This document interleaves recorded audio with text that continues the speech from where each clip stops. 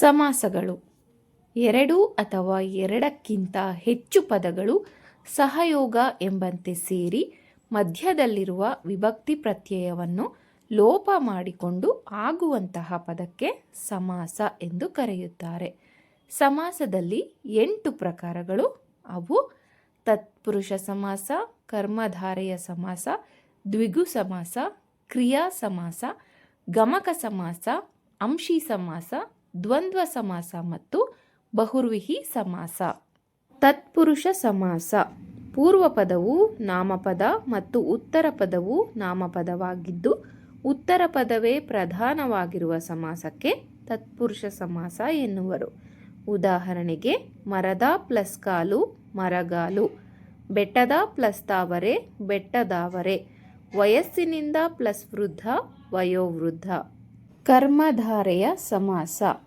ಪೂರ್ವ ಪದ ವಿಶೇಷಣವಾಗಿ ಉತ್ತರ ಪದ ವಿಶೇಷ್ಯವಾಗಿ ಉತ್ತರ ಪದದ ಅರ್ಥ ಪ್ರಧಾನವಾಗಿದ್ದು ವಿಶೇಷಣ ಪದ ಗುಣವಾಚಕವಾಗಿದ್ದರೆ ಅದನ್ನು ಕರ್ಮಧಾರೆಯ ಸಮಾಸ ಎನ್ನುವರು. ಉದಾಹರಣೆಗೆ ಇಂಪಾದ ಪ್ಲಸ್ ಸ್ವರ ಇಂಚರ, ಹೊಸದು ಪ್ಲಸ್ ಕನ್ನಡ ಹೊಸಗನ್ನಡ, ಕೆಂಪಾದ ಪ್ಲಸ್ ತುಟಿ ಕೆಂದುಟಿ. ದ್ವಿಗು ಸಮಾಸ. ಪೂರ್ವ ಪದವು ಸಂಖ್ಯಾವಾಚಕವಾಗಿದ್ದು ಉತ್ತರ ಪದ ನಾಮವಾಚಕವಾಗಿದ್ದು ಉತ್ತರ ಪದದ ಅರ್ಥವೇ ಪ್ರಧಾನವಾಗಿರುವ ಸಮಾಸಕ್ಕೆ ದ್ವಿಗು ಸಮಾಸ ಎನ್ನುವರು. ಉದಾಹರಣೆಗೆ ಎರಡು ಪ್ಲಸ್ ಮಡಿ ಇಮ್ಮಡಿ, ಒಂದು ಪ್ಲಸ್ ಕಟ್ಟು ಒಗ್ಗಟ್ಟು, ಮೂರು ಪ್ಲಸ್ ಕಣ್ಣು ಮುಕ್ಕಣ್ಣು. ಕ್ರಿಯಾ ಸಮಾಸ. ಪೂರ್ವ ಪದವು ನಾಮವಾಚಕವಾಗಿದ್ದು ಉತ್ತರ ಪದವು ಕ್ರಿಯಾಪದವಾಗಿದ್ದು ಉತ್ತರ ಪದದ ಅರ್ಥವೇ ಪ್ರಧಾನವಾಗಿರುವ ಸಮಾಸಕ್ಕೆ ಕ್ರಿಯಾ ಸಮಾಸ ಎನ್ನುವರು. ಉದಾಹರಣೆಗೆ ಮೈಯನ್ನು ಪ್ಲಸ್ ಮರೆತು ಮೈಮರೆತು, ಕಣ್ಣನ್ನು ಪ್ಲಸ್ ಮುಚ್ಚು ಕಣ್ಮುಚ್ಚು, ತಲೆಯನ್ನು ಪ್ಲಸ್ ತೂಗು ತಲೆದೂಗು. ಗಮಕ ಸಮಾಸ. ಪೂರ್ವ ಪದವು ಸಂಖ್ಯಾವಾಚಕ, ಸರ್ವನಾಮ, ಕೃದಂತ ಇಲ್ಲವೇ ಗುಣವಾಚಕಗಳಲ್ಲಿ ಒಂದಾಗಿದ್ದು ಉತ್ತರ ಪದದಲ್ಲಿರುವ ನಾಮಪದದೊಡನೆ ಸೇರಿ ಆಗುವ ಸಮಾಸಕ್ಕೆ ಗಮಕ ಸಮಾಸ ಎಂದು ಕರೆಯುವರು.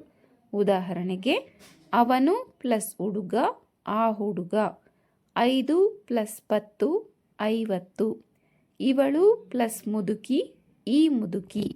ಅಂಶಿ ಸಮಾಸ.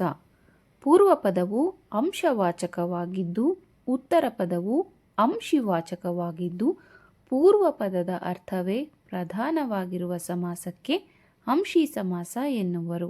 ಉದಾಹರಣೆಗೆ ಕೈಯ ಪ್ಲಸ್ ಮುಂದೆ ಮುಂಗೈ, ನಾಲಿಗೆಯ ಪ್ಲಸ್ ತುದಿ ತುದಿ ನಾಲಿಗೆ, ಹುಬ್ಬಿನ ಪ್ಲಸ್ ಕುಡಿ ಕುಡಿ ಹುಬ್ಬು.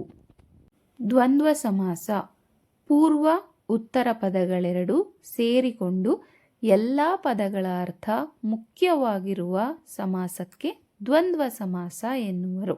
ಉದಾಹರಣೆಗೆ ಗಿಡಗಳು ಪ್ಲಸ್ ಮರಗಳು ಪ್ಲಸ್ ಬಳ್ಳಿಗಳು, ಗಿಡ ಮರ ಬಳ್ಳಿಗಳು, ಹೊಲವನ್ನು ಪ್ಲಸ್ ಮನೆಯನ್ನು ಹೊಲ ಮನೆಯನ್ನು, ಭೀಮನು ಪ್ಲಸ್ ಅರ್ಜುನನು ಭೀಮಾರ್ಜುನರು. ಕೊನೆಯ ಸಮಾಸ ಬಹುರ್ವಿಹಿ ಸಮಾಸ.